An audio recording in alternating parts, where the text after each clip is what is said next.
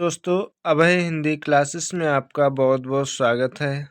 आज मैं भारत संसाधन एवं विकास जो कक्षा 8 की पुस्तक है उसका जो प्रथम पाठ है संसाधन, उसको लेकर आया हूँ। उसके जो अभ्यास प्रश्न हैं उनके बारे में विस्तार से चर्चा करेंगे और आपको समझाएंगे। सबसे पहले देखते हैं संसाधन किसे कहते हैं। संसाधन किसे कहते हैं? विभिन्न प्रकार की वस्तु या पदार्थ जिसकी उपयोगिता हो संसाधन कहलाते हैं।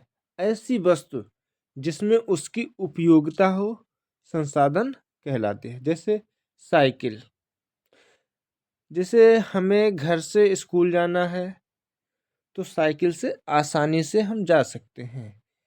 जो हमारी जाने की आवश्यकता है वो वस्तु में निहित है, इसलिए साइकिल क्या है? संसाधन। जैसे दूसरी देखते हैं ट्रैक्टर, जिससे माल को एक स्थान से दूसरे स्थान पर ले जाना है तो सबसे ज़्यादा आसानी किससे होगी?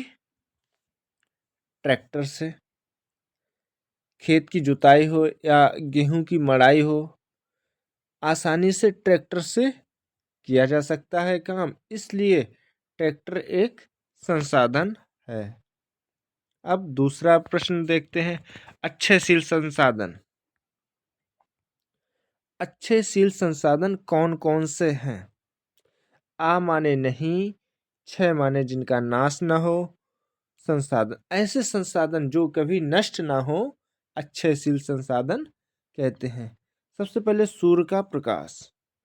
क्या? सूर्य का प्रकाश। सूर्य का प्रकाश कभी ना नष्ट होने वाला है। पवन, वायु, ये ऐसे संसाधन हैं जब तक पृथ्वी रहेगी तब तक ये संसाधन रहेंगे। जैसे साइकिल आज हमने ली, 2 साल बाद 5 साल बाद टूट जाएगी, बेकार हो जाएगी। ट्रैक्टर आज है कल नहीं है। ऐसे बहुत से ट्रैक्टर होते हैं, नया लिया पुराना हो गया, कबाड़ा हो कट गया। लेकिन सूर्य का प्रकाश जैसे आपको मिल रहा ऐसे आपके पिताजी को मिला होगा, मिल रहा आपके बाबा और परबाबा को, यानी अनंत काल से ऐसा ही सूर्य सभी को प्रकाश देता आया है। दूसरा प्रश्न है, जीवाश्मी ईंधन अनवीकरणीय संसाधन क्यों है? जो जीवाश्मी ईंधन है अनवीकरणीय संसाधन क्यों है, समझते हैं। ऐसे प्राकृतिक संसाधन जो भूतकाल में निर्मित हुए हैं तथा जिनका भंडार सीमित मात्रा में है, अनवीकरणीय संसाधन कहलाते हैं। इन संसाधनों का एक बार उपयोग कर लेने के बाद इन्हें पुनः प्राप्त नहीं किया जा सकता है। जीवाश्मी ईंधन एक ऐसा संसाधन है जिसे पुनः निर्मित होने में हजारों वर्ष लग जाते हैं, इसी कारण इसे अनवीकरणीय संसाधन कहते हैं। जो जीवाश्मी ईंधन है, एक तो ये भूतकाल में निर्मित हुए हैं और इनका भंडार सीमित मात्रा में है, इसीलिए ये अनवीकरणीय संसाधन कहलाते हैं। इनका एक बार उपयोग कर लेने के बाद इन्हें पुनः प्राप्त नहीं किया जा सकता है। जीवाश्मी ईंधन भी एक ऐसा ही संसाधन है जिसे पुनः निर्मित होने में हजारों वर्ष लग जाते हैं, इसलिए इसे अनवीकरणीय संसाधन कहा जाता है। सबसे पहले जो जीवाश्मी ईंधन है, ये बहुत समय पहले इनका निर्माण हुआ है ताप दाप के कारण, और इनके जो भंडार हैं सीमित मात्रा में हैं। अगर इनको उपयोग किया गया, एक बार उपयोग किया तो दोबारा इनको प्राप्त नहीं किया जा सकता और इनके भंडार सीमित मात्रा में हैं। अगला प्रश्न देखते हैं, सतत पोषणीय विकास किसे कहते हैं? संसाधनों के अंधाधुंध उपयोग पर लगाम लगाने की जरूरत है। जो संसाधन है जैसे कोयला, पेट्रोल, वन संसाधन, मृदा, ऐसे संसाधन है, जल, इनका जो उपयोग आदमी अंधाधुंध करता है। जैसे पानी की एक बाल्टी की जरूरत है, लोगों ने समर चालू कर दी, हजारों लीटर पानी फैल रहा है। अंधाधुंध उपयोग पर लगाम लगाने की जरूरत है। संसाधनों के विवेकपूर्ण उपयोग को संसाधन संरक्षण कहते हैं। जो संसाधन संरक्षण है उसका मतलब यह है पानी का उपयोग करना है तो जितनी आवश्यकता हो उतना ही उपयोग करें और बाकी रहने दें। जैसे वन है उसका भी जरूरत भर उपयोग करें, फालतू की लकड़ियां या पेड़ पौधों को ना काटें।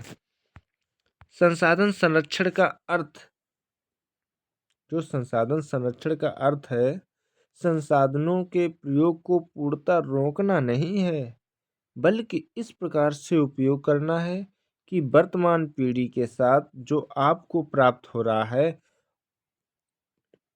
ऐसे ही जो भविष्य में आने वाली पीढ़ी है वो भी इसका लाभ उठा सके। ऐसे विकास को सतत पोषणीय विकास कहते हैं।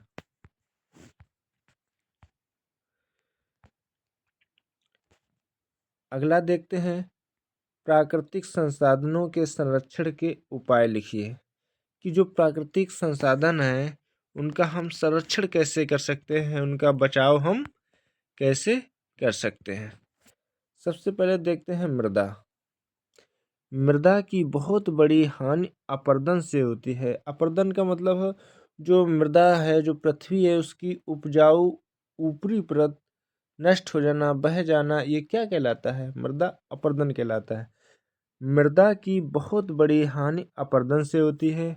मृदा के अपरदन को रोकने के लिए फसल का 10-15 सेंटीमीटर तक डंठल छोड़कर काटना चाहिए, जिससे वायु वेग का प्रभाव ना पड़े, क्योंकि मृदा का अपरदन वायु द्वारा भी होता है।